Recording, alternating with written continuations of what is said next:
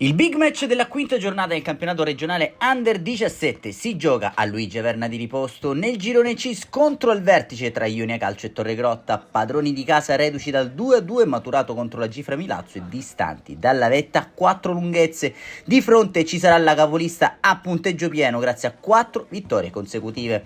Nell'ultimo weekend gli ospiti hanno rifilato un secco 2-0, il giovanile Rocca dirige l'incontro del signor Luca Fiore della sezione di Catania quando grazie all'ausilio dell'immagine a cura di Andrea Giuffrida scorgiamo i 22 protagonisti di questa sfida fare il loro ingresso in campo completo verde con inserti gialli per i padroni di casa, maglia rossoblu a strisce per la compagine torrese. Prima occasione da annotare sul nostro taccuino dopo 3 giri di lancette di marca torrese con la sfera che arriva a Barresi, ci prova dalla distanza, risponde presente l'estremo difensore della Ionia Calcio. 2 minuti più tardi percorre un brivido lungo la schiena di Pennisi sul retropassaggio di Miceli, per poco l'estremo difensore della Ionia non calcia addosso a Barresi che stava per gonfiare la rete.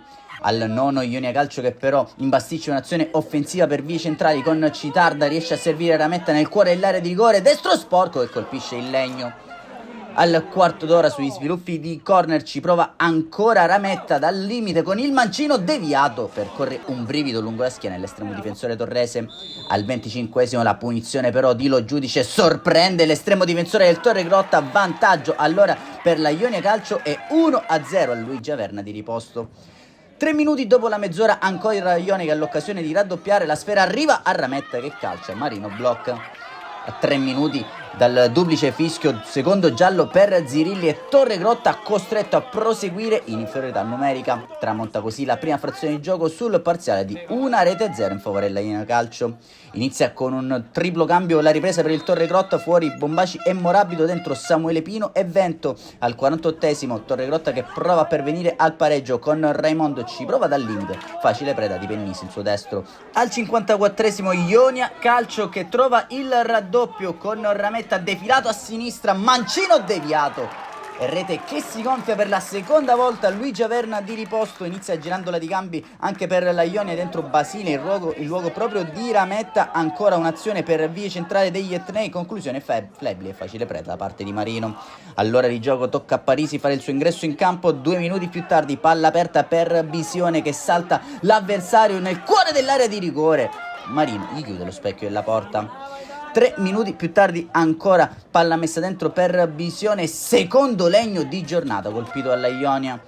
Al 68esimo Torregrotta che troverà il secondo rosso di giornata, rosso diretto in questa occasione per Vento e Torregrotta costretto a proseguire 9 contro 11. Arriva anche un triplo cambio per mister Scuderi in casa Ionia Calcio. 2 minuti più tardi ancora Visione protagonista in zona offensiva con il suo mancino, Marino attento si distende alla sua sinistra.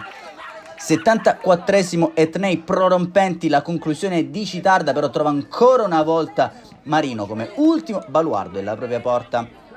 Minuto 75 tocca ad Ardizzone e per rilevare fallo e abate. 2 minuti più tardi il neoentrato fallo crossa dalla destra per Tuccio, ancora una volta costretto agli straordinari l'estremo difensore torrese.